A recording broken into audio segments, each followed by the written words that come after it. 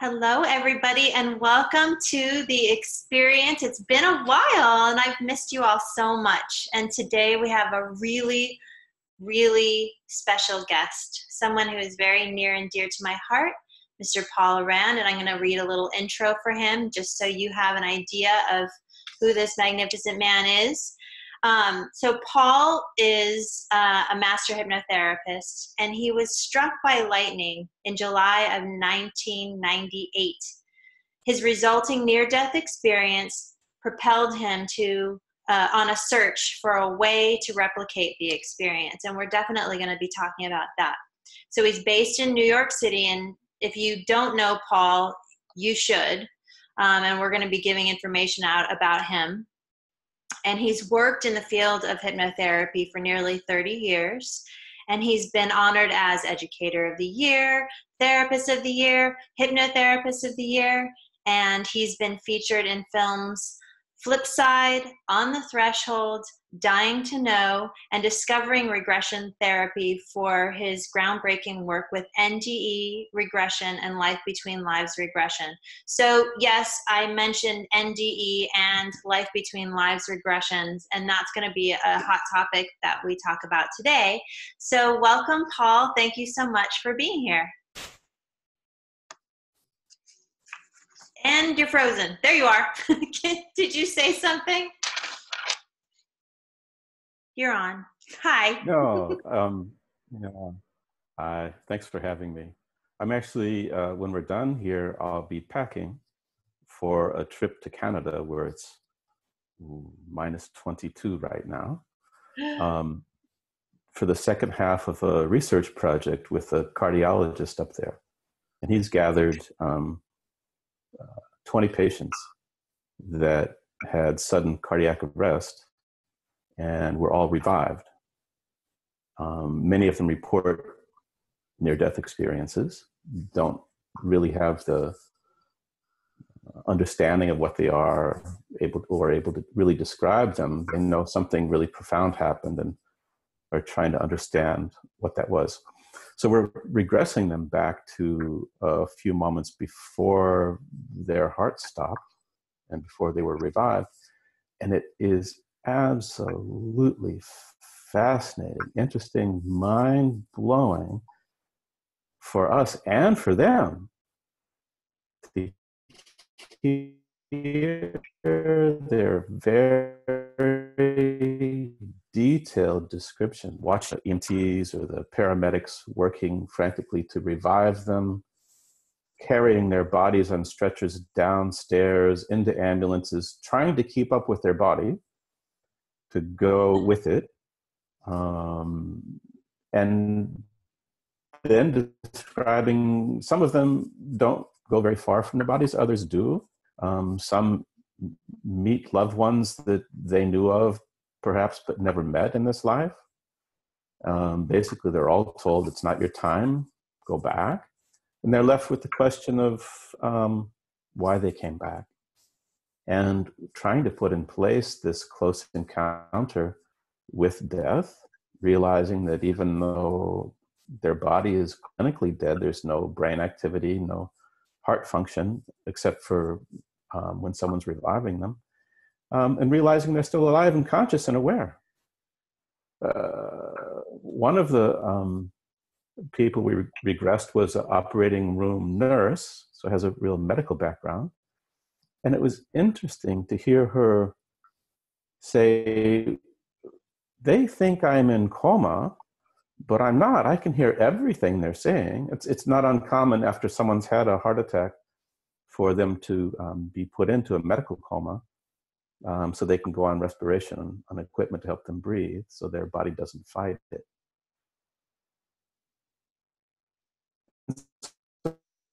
She knows all the procedures. She's actually commenting on how some of the procedures were done. She was a bit mad about them cutting them. Hear what they're saying. It's just fascinating and a special interest of mine because of my experience. But hypnosis is such an effective tool to help them gain that more expanded state of consciousness so that they're not limited so much by the mental mind, and are able to achieve, once again, that more expanded state where they can not just remember what's stored in the subconscious mind, but remember something beyond mental mind, beyond subconscious mind. And that's really soul memory. That's something we do in past life regression. It's something we do in womb regression, but it's really uncharted territory, this NDE regression. Michael Newton really wrote the map for between life regression, going from in past life into spirit, where people meet guides and loved ones. And he really spent many years charting that for us and then eventually teaching it to us. Well, let's talk about those books briefly for those of my people watching that have never heard of this work, because it's mind-blowing. If this is interesting to you guys, definitely check out Journey of Souls and Destiny of Souls for starters. And there are others to follow, but those are really the initial seminal works of Dr. Newton. Okay, sorry to interrupt, Paul. No. And Memories of the Afterlife is one that was written by about 30 or 32 of the therapists that Michael trained. I was lucky enough to have the first chapter in that book, and my wife Sophia has a chapter in there as well. So that was the first contributions from therapists that he trained. He edited the book and writes amazing commentary in that. Yeah, it's just a continuation of what he began.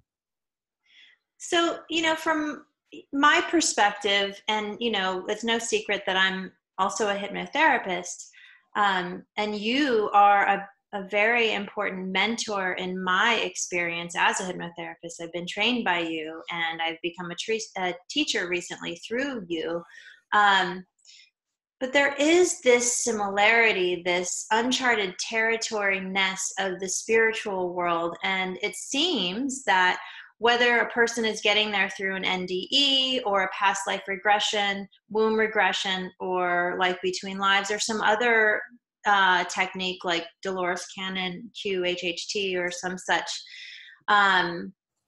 there's so much to be explored. And I think what a lot of people don't know is that hypnotherapy can help, and this is what you're talking about, access these NDEs, these near-death experiences. And I think you've mentioned that, with these cardiac patients, many of these people don't even realize that they've had near-death experiences, and it's not until you've done the work to regress them into that experience that they actually have access to that expansive memory. Would you agree with that? Yeah, I really think it's all about consciousness. When I first trained in 1990, 91 in hypnosis, I think I had many of the misconceptions that many people have, that somehow you're asleep or unconscious or unaware. But the truth is, after practicing for many, many years, what's happening more than anything, I think, is that the mental mind, which stands guard, which keeps us safe, which analyzes and organizes things, it doesn't leave, but it releases its grip. It steps back a bit. And as mental mind steps back and becomes more of the observer, then the first thing that happens is deeper memories that are in the subconscious mind and in the body begin to rise up to the surface. Of course, in hypnosis, you use that phenomena to offer suggestions. That was my initial training, is suggestion-based therapy. But I realized pretty quickly that was pretty symptomatic treatment, that you needed to go deeper than that. So as mental mind steps back and you access memories, feelings, survival strategies in the subconscious mind, some of those programs that really influence how we operate in our day-to-day life, resolve some of that, you go deeper and you start to reach into the soul mind. That's the first memories that we recover during womb regression. Subconscious mind hasn't developed, analytical mind isn't fully developed yet. But this is a place where the incoming soul can, or where the client can remember the intention with which their incoming soul came. They can start to remember why they came and what they hoped to do, but also some of the experience they carry from the past and how that influences them.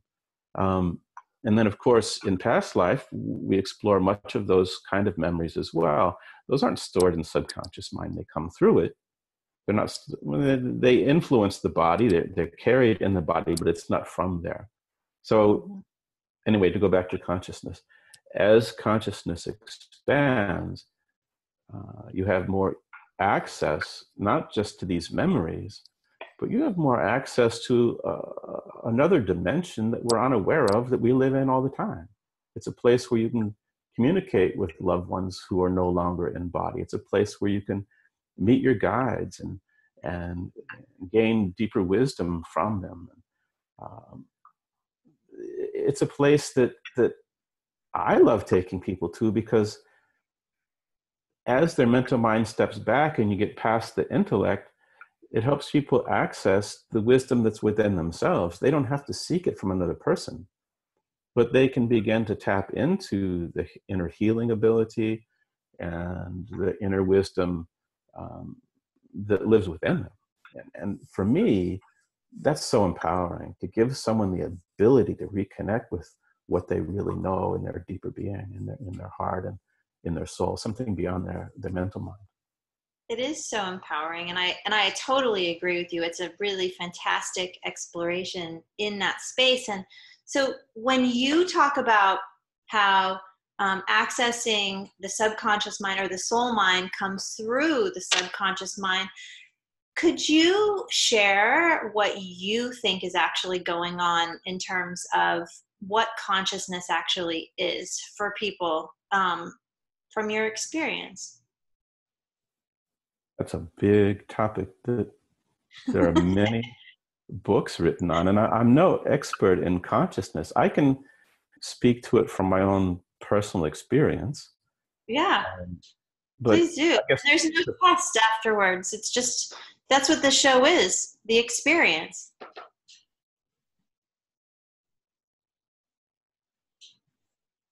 Yeah. So I think that, at least in our Western culture, we have great emphasis and focus on intellect, on the mental mind.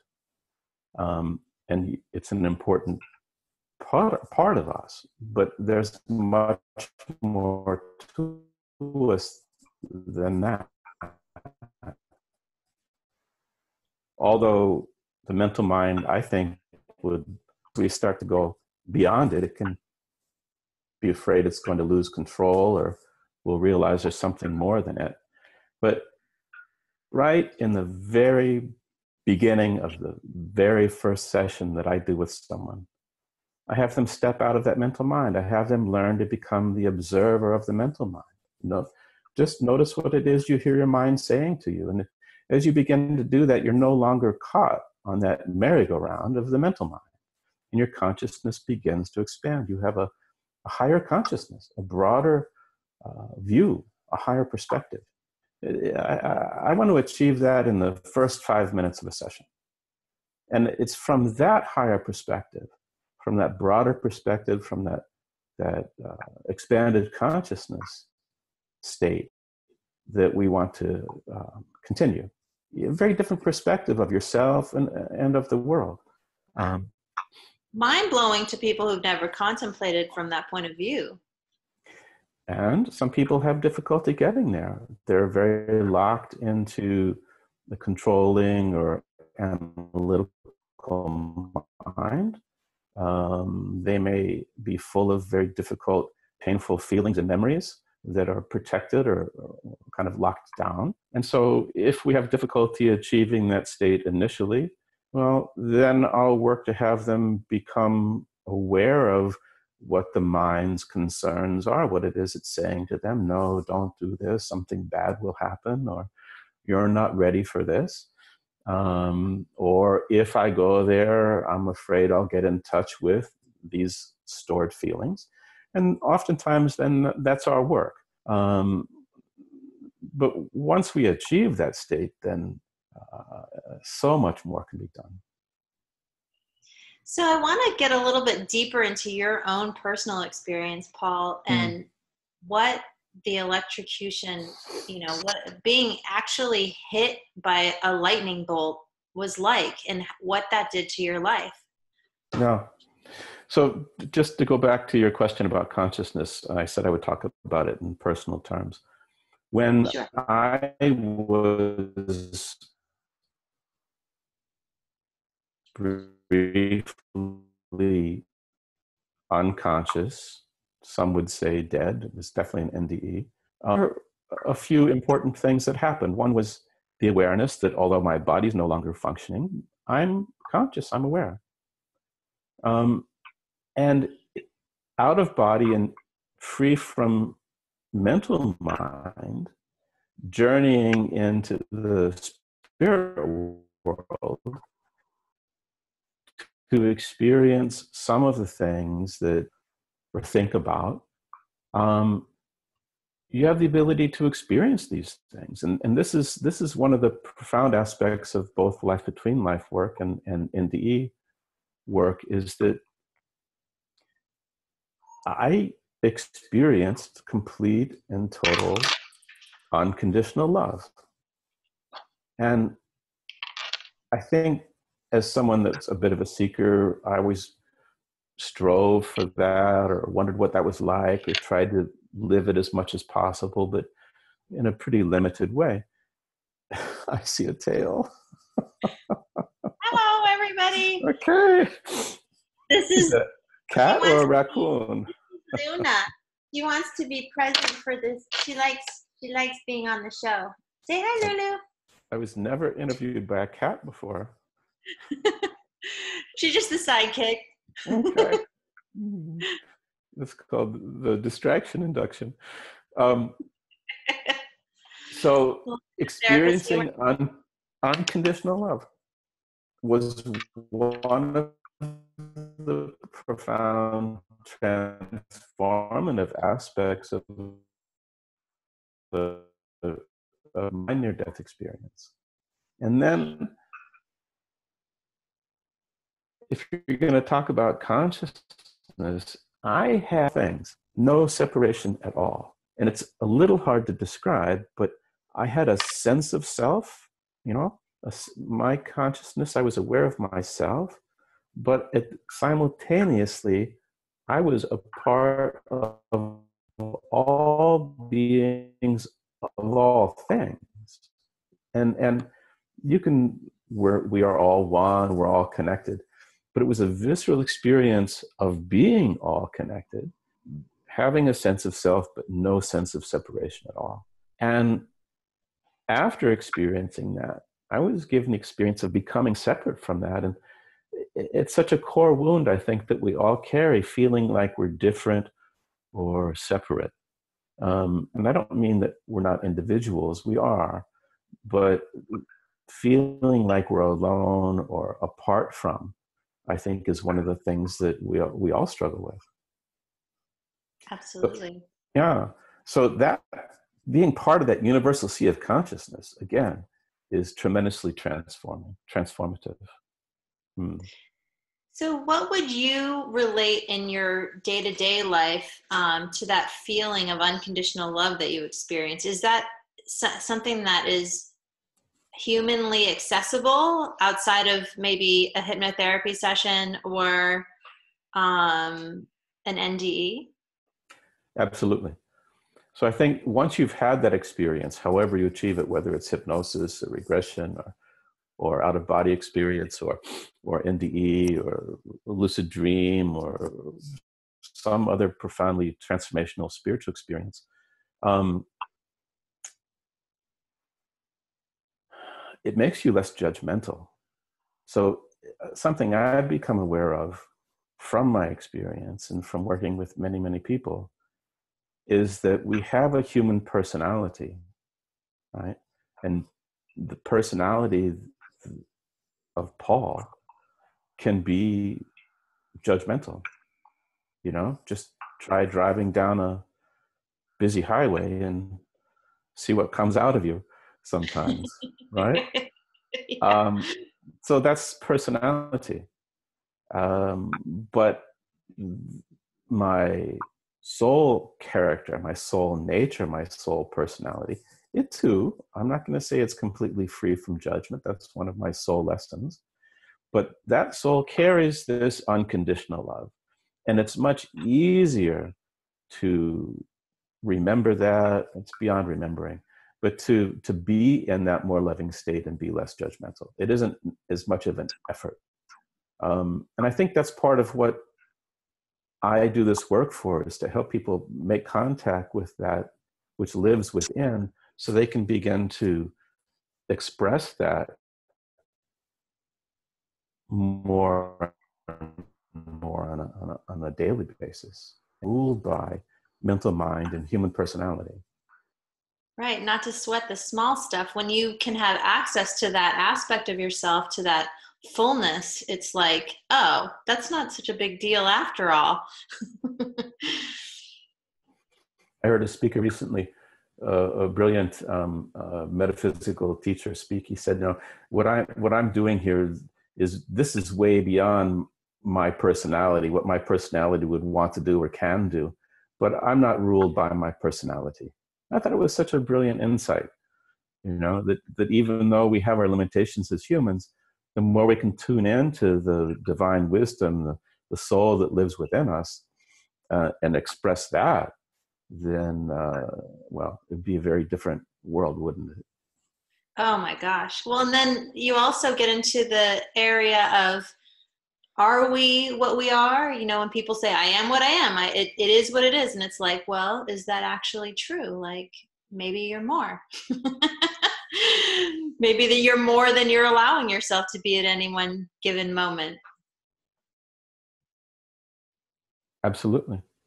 You know, I'll tell you from doing, especially the life between life work, those things that from a human perspective could be easy to judge or say is right or wrong, or good or bad.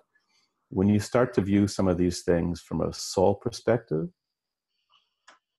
these things are perfect, even though they may be difficult as a human experience, whether it's as the observer or the one having the experience. From a higher soul perspective, if you look at it as in terms of learning and growing, rather than it's a mistake or bad or wrong, you start to realize you better think twice before you name something or judge something. Right? Absolutely. Absolutely. And I Yeah. would you have any experiences that would speak directly to that? I'm curious to know any stories that inform that. I mean, I know in my own family talking about it, they're like, wait a second. It just helps you. This perspective really helps. And so, yeah, please share any stories that you have that may be instructive to that experience for our listeners or viewers. Well, I could talk about the first chapter in Memories. And that was a woman who came from Eastern Europe, really feeling a lot of shame and guilt,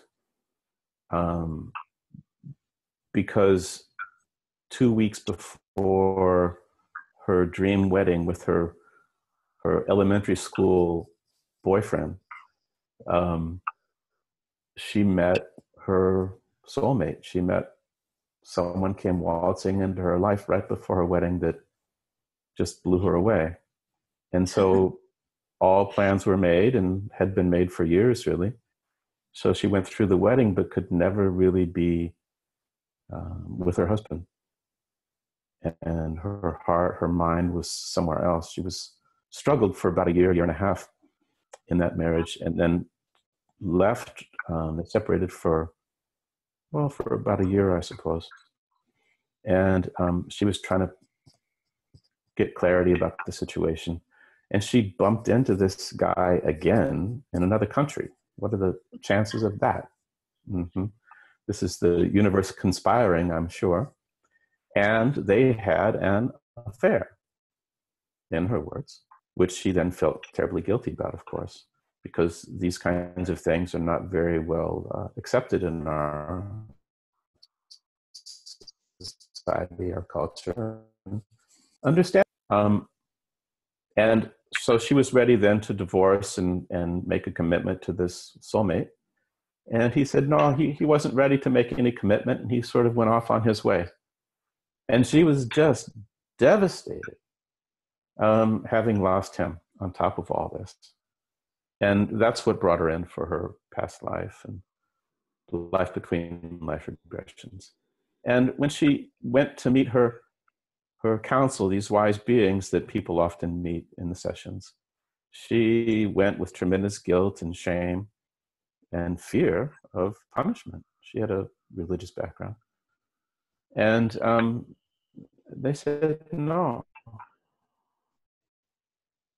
we sent him to you. He came into your life to sort of break you open, to expand you, because you have much to do in this world. And he woke you up, basically. And that was his job, not to stay with her, but to break her out of this container. And it truly happened. It did break her open. I saw her again about 2 years later, and she was back with her husband. They were living happily. She came, she still carried some guilt from it, even though they'd said this was traveling all around the world, connecting with so many people. It really did wake her up, break her open. A tough way to do it. But by societal standards, oh, it was horrible. She had an affair. She cheated on her husband. And at the same time, trumpet. Yeah, you know. But you know what this reminds me of, Paul? This reminds me of all of the twin flame talk going around right now. You know, it's sort of like a twin flame conversation where people are like, oh, I met my twin, which could also be translated as soulmate. But a lot of people have this really intense relationship and it cracks them open and it may or may not work out. But this seems sort of, what year was that generally that happened, that session for you? That's, well, how long is memories out? It was probably 12 years ago, more or less. Yeah. Yeah. Yeah. Very interesting. So do you get people talking about twin flame stuff, or do you contextualize it in another way? I'm just curious, since it's such a buzzword. Yes, it is a buzzword. And I think that we have to be careful of those things. It's a very personal, a very individual experience, both the session and someone's life. And so I am really transpersonal, client-centered. So I'll use the terminology that the person uses and do my best to understand what they mean by it. We can have many soulmates, and usually a primary one. I'm lucky enough to be with mine in this lifetime after many lifetimes of not, somehow thinking that was a good idea, that we should go our own ways for lifetimes. But when you meet someone that you have a soul connection with, it can be rather difficult to, and sometimes rather inconvenient, to try to fit that into a box in some way. That's a good way of putting it. It relates to love. Yeah, I think that soulmate and soul twin flames, this sort of thing, when there's a deep soul connection, then love is a big topic. And there's a love that goes beyond a human sort of love. And it's hard to define, it's hard to fit into something socially acceptable sometimes. And I think it's a big lesson, has been for me, I think it is for all of us, is there are many different kinds of love, right?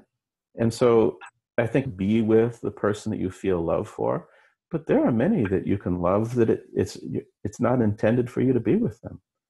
Absolutely. You know, and I think if we can, as we evolve, it's easier to be loving and not have it go beyond certain boundaries at the same time. I so agree. It takes the pressure off too, because I think, and this is a sidebar, but I'm just noticing trends in terms of the institution of marriage and relationship, and there's the context of marriage and the structure of marriage has shifted, and why we get married has changed. And I think having access to the ability to detach from relationships in a way that is unhealthy and just really nourishing the healthy part can be so freeing to people. People stay rigid. They're like, but it has to be this thing. This has you have to fulfill me in every way. You have to complete me. And it's like, well,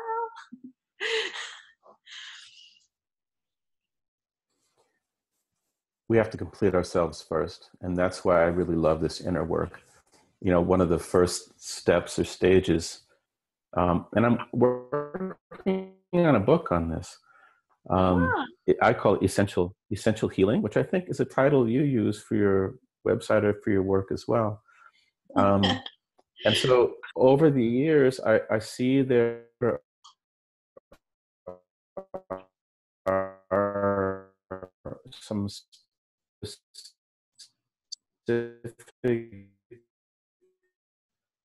ooh, you just blipped sort of. steps or stages to heal mental mind, not being stuck in mental mind.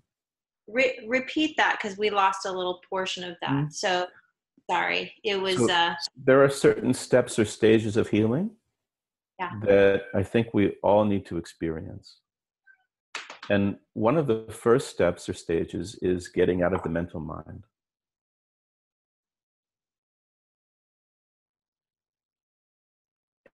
And go into the heart. So it's protection around the heart. And the heart is really the doorway into the inner world. So if that's closed and shielded, it's difficult to make that journey deeper within. So once we get that open, we can work with some of the feelings, some of the emotions that are stored there, and continue going deeper. And as we open that heart and work with some of those feelings and emotions, most often one of the big steps towards reconnecting with authentic self is making contact with the child self, the inner child.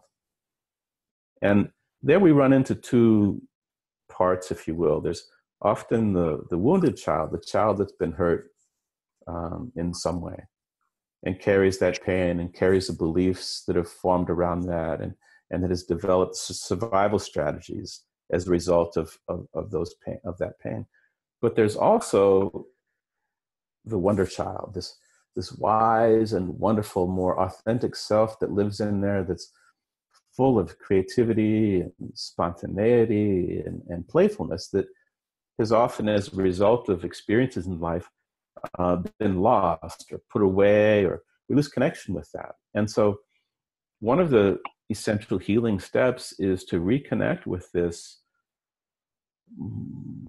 wise and wonderful child within ourselves. And that child self, well, sometimes it requires some healing, right? But that child self is much more connected with, much closer to the authentic self, what I call the soul essence, that core being that we really are. And whatever work I'm doing with someone, if I can see them more than one or two times, my goal or intention is to help them reconnect with, rediscover that authentic self, that soul essence, and bring that forward. So it's not a outside in process, but making contact with that and then letting that break through those survival strategies that cause us so much trouble. So that can begin to manifest both in their body and in their words, in their home, in their life. How beautiful. And it's so freeing, right? Like people have this perception too that their child, the inner child, is someone that had to be somehow suppressed or muted because they're too silly or they're not serious enough or they haven't, buckled down hard enough. And then, but that aspect is still a longing to be connected aspect of all of us, and how freeing it is to connect with that and realize, oh yeah, one of the things I've been really missing from this wonder child connection is fun. And life doesn't have to really be so hard and full of drudgery.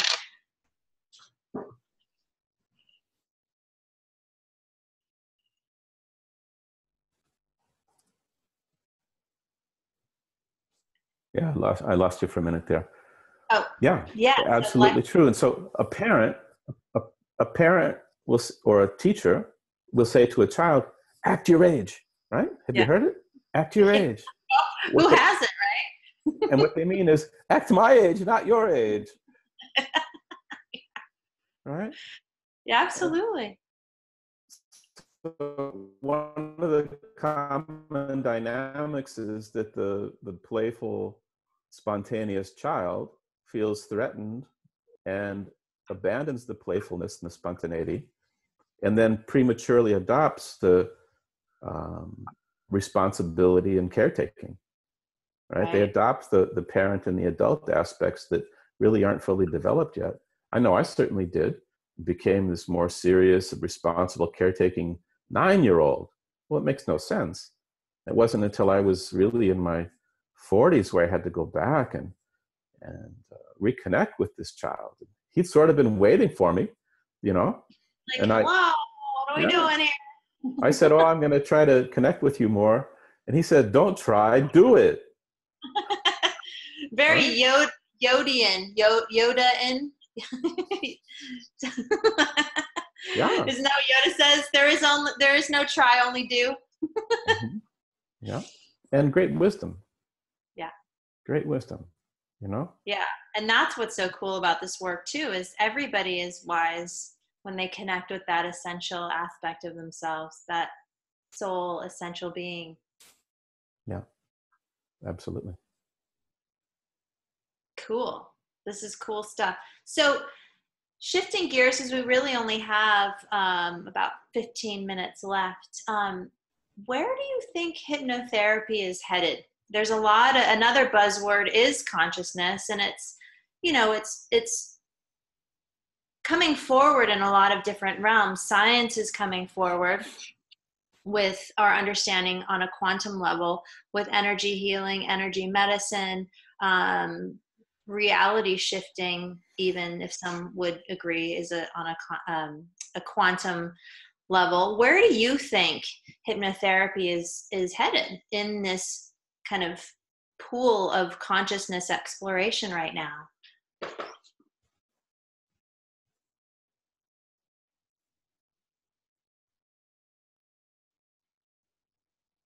We're frozen. There we are.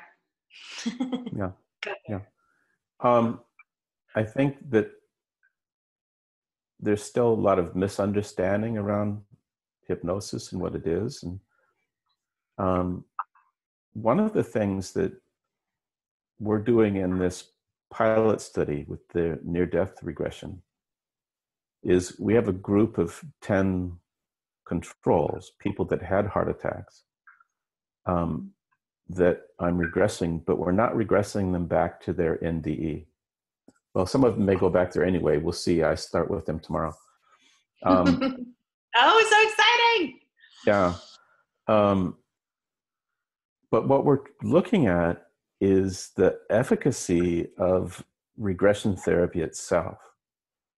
So, I worked with some of the people down at DOPS, the Department of Perceptual Studies at the University of Virginia.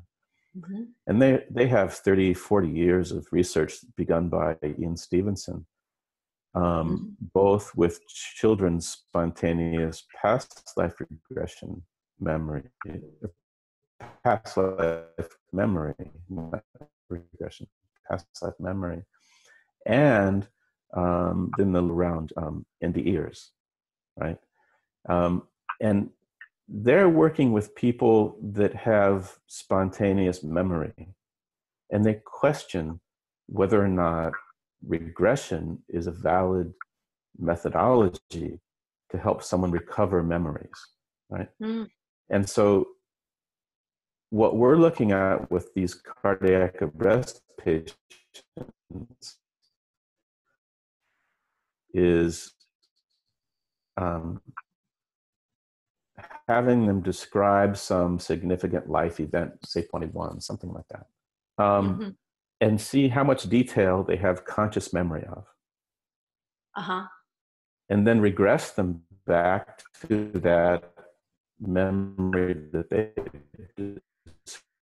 described, and see if they get more vivid, because what we'd like to see is hypnotic regression recognized as a valid method to recover memories from childhood, from womb, from past life, from between life, and from near-death experiences. Mm-hmm. There hasn't been a lot of research on it, but I think that if we can establish the effectiveness and the validity of regression. Of course, people are afraid of false memory or enhanced memory or memory being influenced.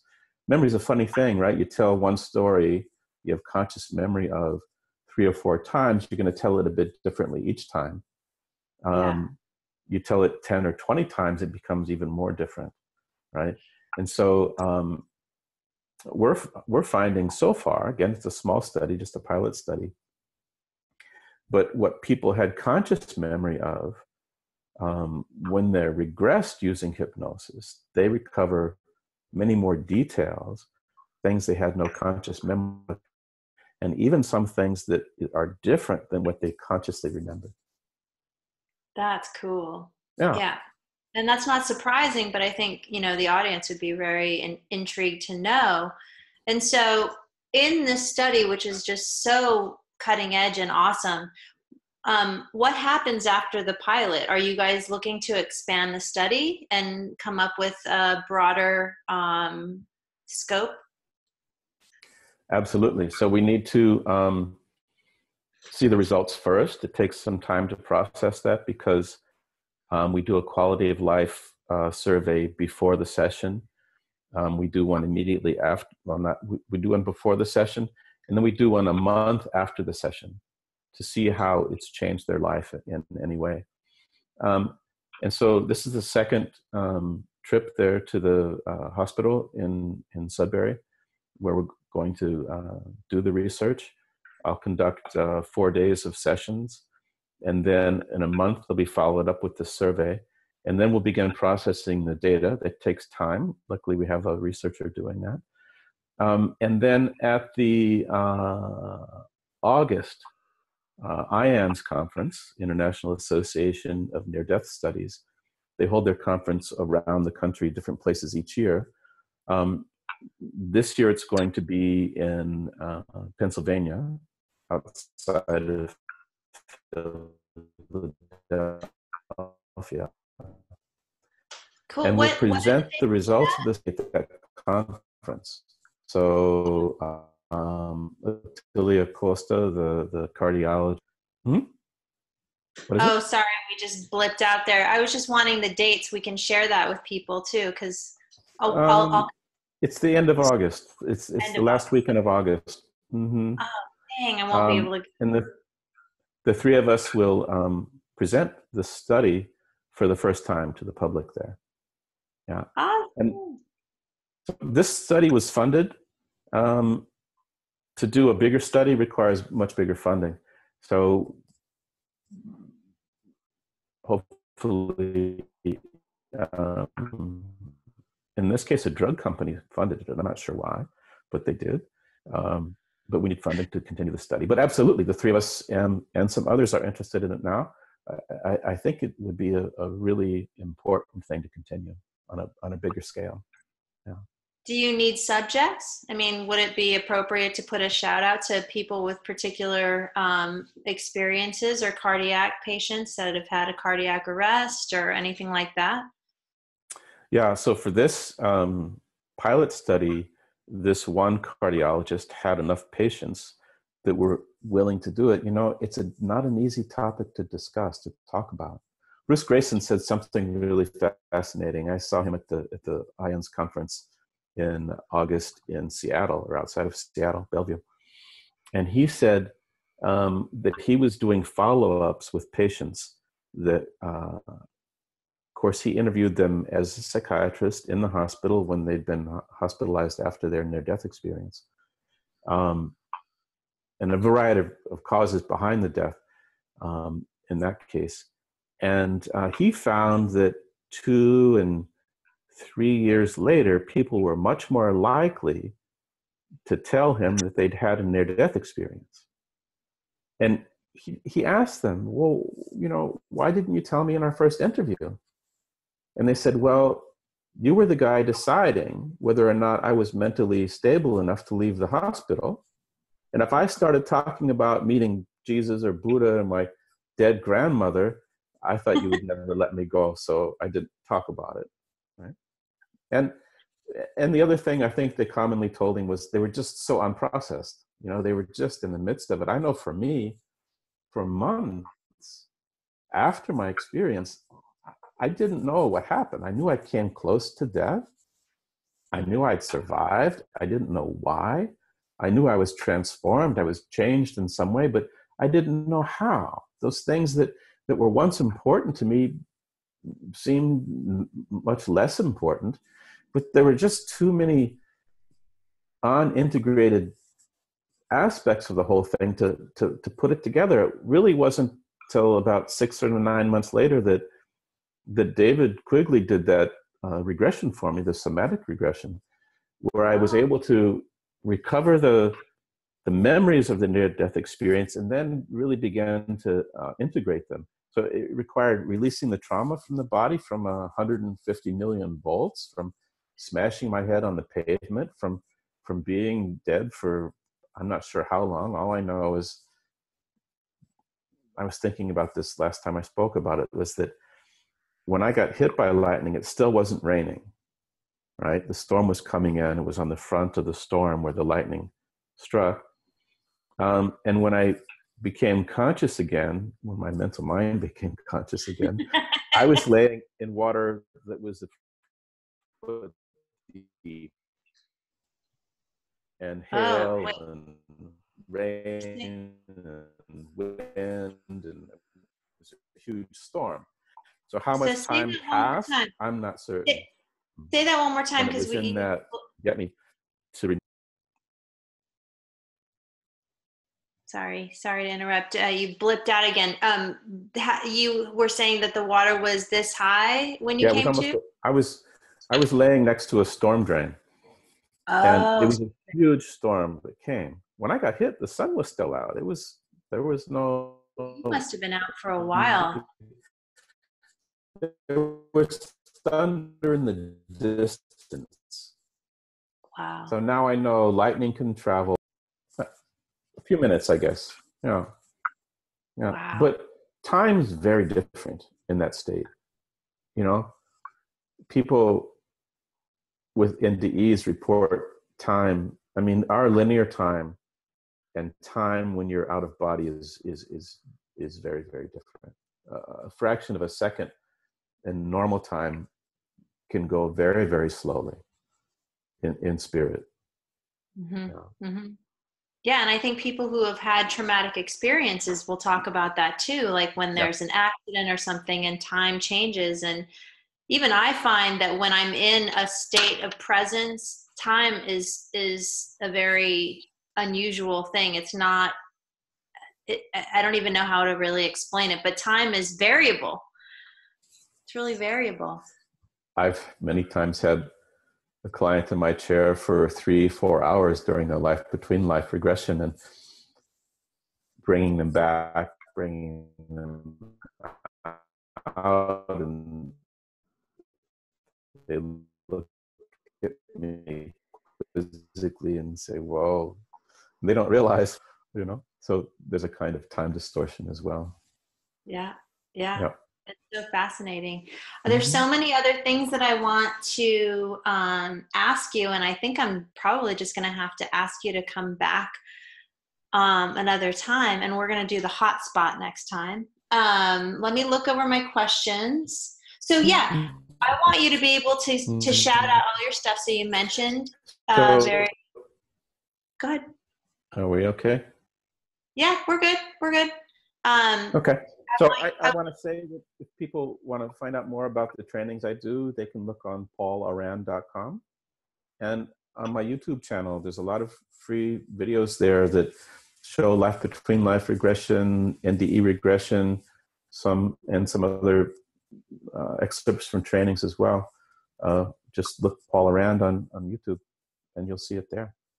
Paul's the best. If you want to become a hypnotherapy client or learn how to do it, Paul's like the best, in my opinion. Also, you mentioned a book. You want to talk about that a little more, or update us later? I'll update you later. I'm working on it. We have a proposal that's ready for an agent probably in about a month. And then how exciting. It'll be a year, but I've worked on this for a long time, and finally it's taken shape. I get it. I totally get it. Okay, so you have the IONS conference in August. Are you going to be doing any more speaking?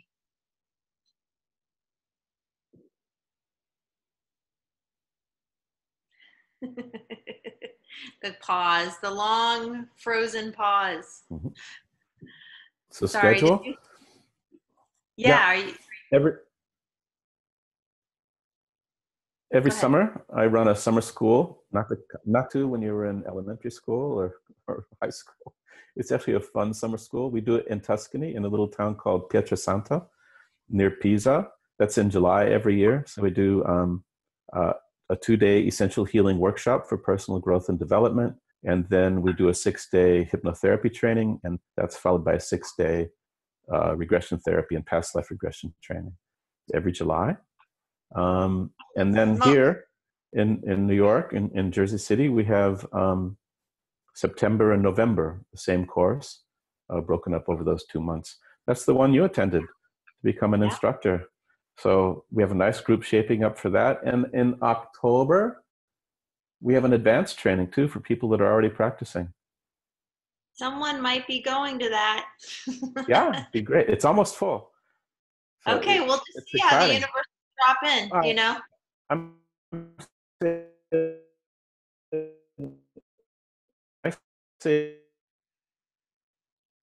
Well, you're going to have to repeat that one again.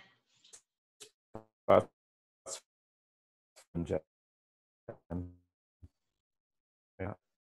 Didn't get it. So thanks for having me. I love having you, and I hope that you'll want to come on the show again because you're awesome, and I'm sure people are going to be really excited to hear more about what you're doing. And give my best to Sophia, and thank you so much.